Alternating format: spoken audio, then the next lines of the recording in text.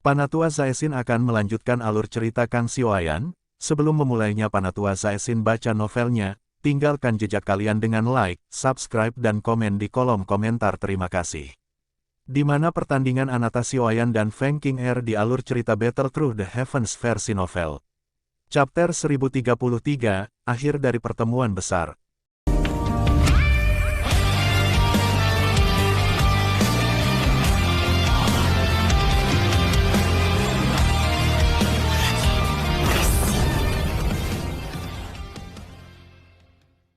Xiaoyan mengangguk dan setuju. Ini menyebabkan semua orang, termasuk Feng King Er, tertegun sejenak. Hal ini bukan permainan anak-anak. Jika benda itu benar-benar ditemukan, sepertinya Xiaoyan akan muncul di daftar hitam suku Heaven Demon Phoenix. Ekspresi khawatir muncul di mata Feng Zunze. Dia melihat Xiaoyan saat dia bertanya dengan suara yang dalam, apakah tidak apa-apa? Haha, Feng Tua, silakan bersantai. Orang tidak perlu takut bayangan seseorang menjadi bengkok jika seseorang berdiri tegak. Aku telah melihat banyak trik kecil menuduh seseorang dengan salah setelah mereka kalah. Ini tidak mengherankan. Xiaoyan tersenyum, mengangguk, dan meyakinkannya. Feng Zunze merasa jauh lebih tenang setelah mendengar kata-kata Xiaoyan. Karena dia berani berbicara dengan cara ini, sepertinya dia memiliki kepercayaan diri. Feng King Er di samping sangat marah dengan kata-kata Xiaoyan. Wajah cantiknya tersenyum dingin saat dia berkata, kamu bisa bertindak tangguh.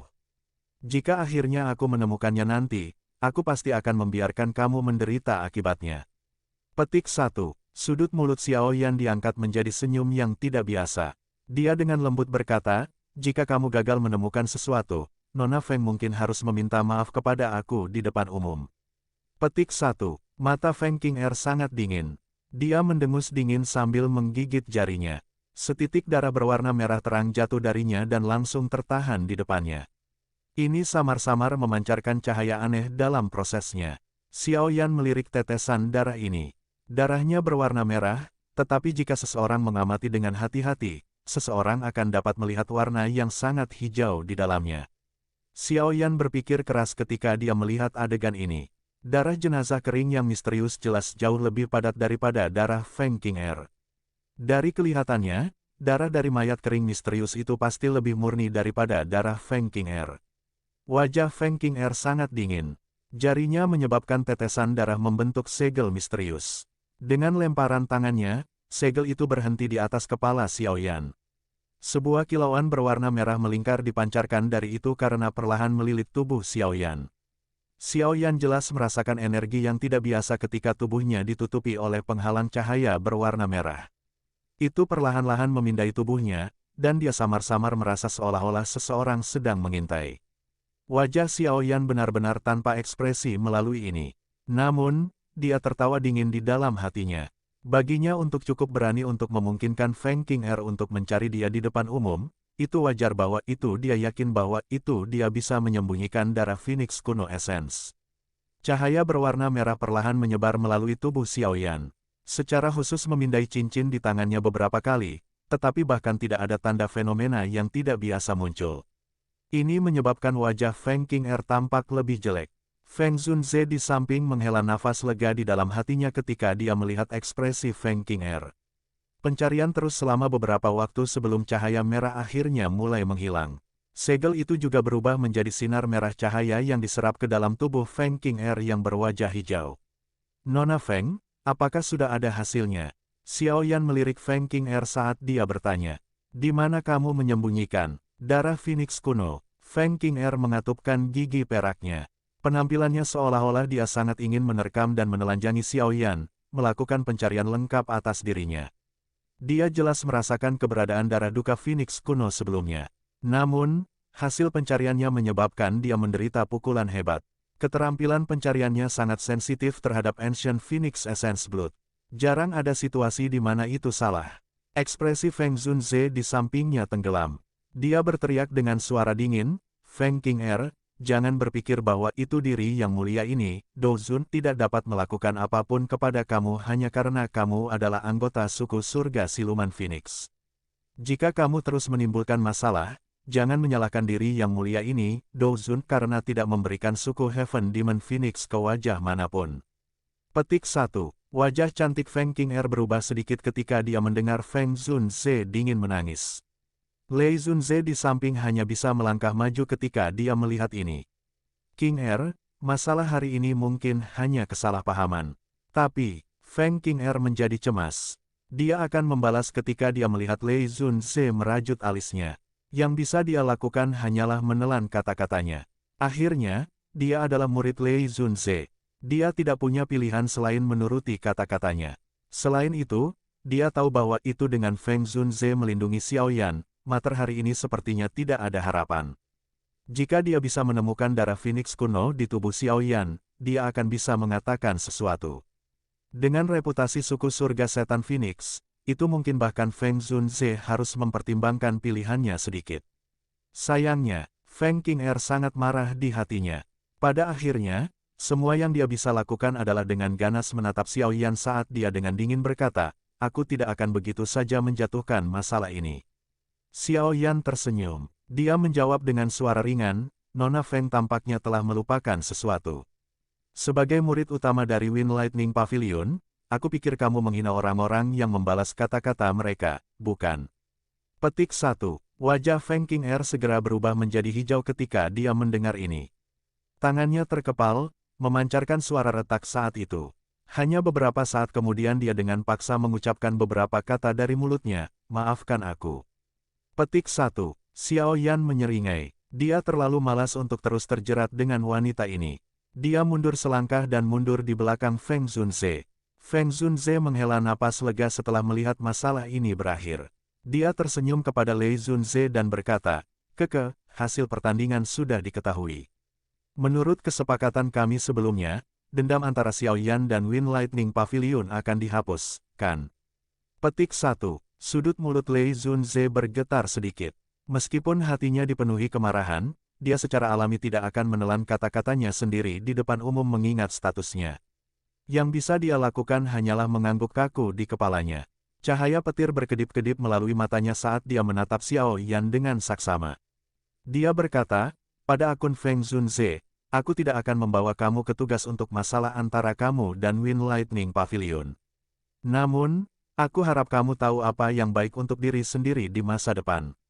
Jika gerakan 3.000 petir bocor oleh kamu, diri yang mulia ini, Douzun, akan secara pribadi membunuh kamu." Petik 1. Xiaoyan hanya tersenyum di hadapan kata-kata Lei Zunze yang mengandung ancaman tersembunyi. Dia menangkupkan kedua tangannya dan berkata, "Lei Zunze, tolong tenanglah." Petik 1. Feng Zunze di samping melirik wajah jelek Lei Zunze. Dia tersenyum ketika matanya melihat sekelilingnya dan tertawa. Lei Zunze benar-benar murah hati. Namun, kemungkinan pertemuan Grand Pavilion akan mengalami kesulitan berlanjut hari ini. Dalam hal kekuatan, Wind Lightning Pavilion memang jauh lebih kuat.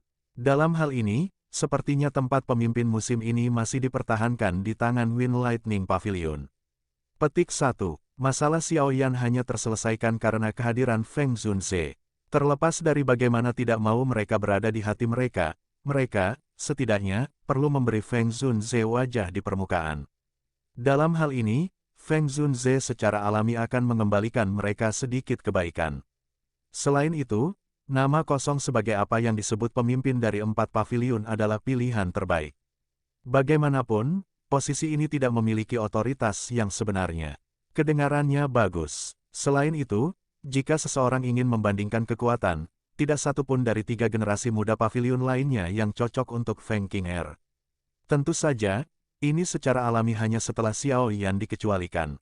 Dari pertarungan sebelumnya, yang lebih kuat dari keduanya sudah diketahui oleh banyak orang. Ekspresi Lei Zunze menjadi sedikit lebih hangat ketika dia mendengar kata-kata Feng Zunze. Jian Zunze dan Huang Quan Zunze hanya bisa menganggukkan kepala setelah sesaat ragu-ragu. Tang Ying benar-benar tidak cocok untuk Feng Qing'er. Wang Chen, di sisi lain, telah dilumpuhkan oleh Xiaoyan sejak awal. Bagaimana dia bisa bertarung dengan yang lain? Keke, karena Grand Meeting usai, aku yang lama tidak akan tinggal lebih lama lagi. Aku akan datang dan berkunjung jika aku punya waktu di masa depan, Feng Zunze tertawa.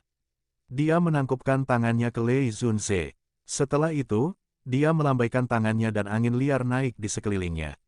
Segera, energi afinitas angin di sekitar mereka mulai secara otomatis berkumpul.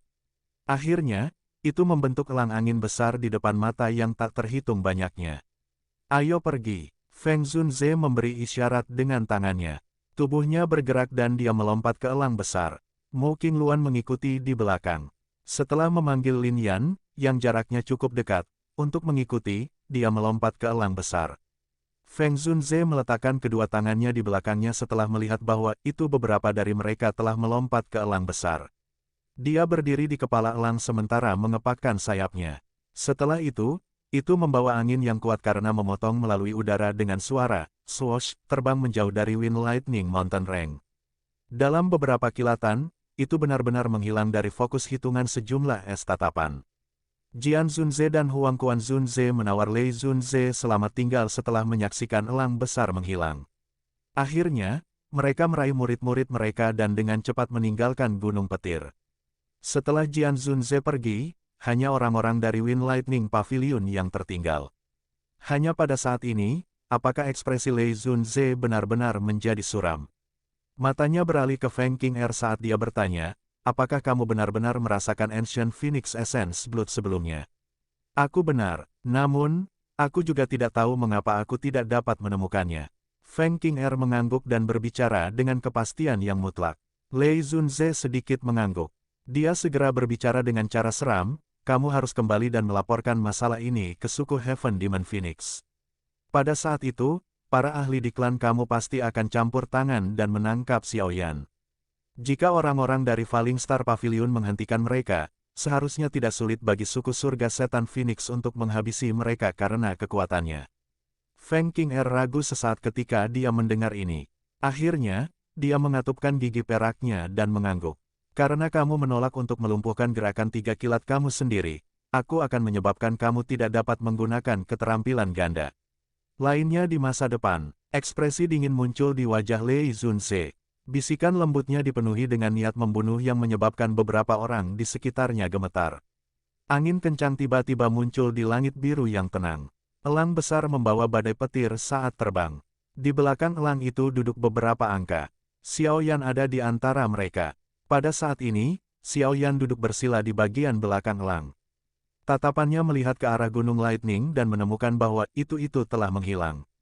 Jantung tegangnya akhirnya rileks. Dengan segera, dia mengatupkan giginya dan nyala hijau jade menyala dengan keras di tangannya. Apa itu? Sosok Feng Zunze langsung muncul di samping Xiao Yan saat dia bertanya dengan heran. Xiao Yan tidak menjawab, matanya menatap tajam pada api yang menyala di tangannya. Tetesan darah berwarna merah hijau tercampur dengan nyala api. Darah ini, yang mengandung riak energi mengejutkan, perlahan-lahan dipaksa keluar. Feng Zunze, Mo Qingluan, dan Lin Yan mengungkapkan ekspresi kaget ketika mereka melihat ini. Xiao Yan telah menyembunyikan benda ini di Heavenly Flame sebelumnya. Tidak heran itu tidak terdeteksi, bersambung ceritanya bersambung.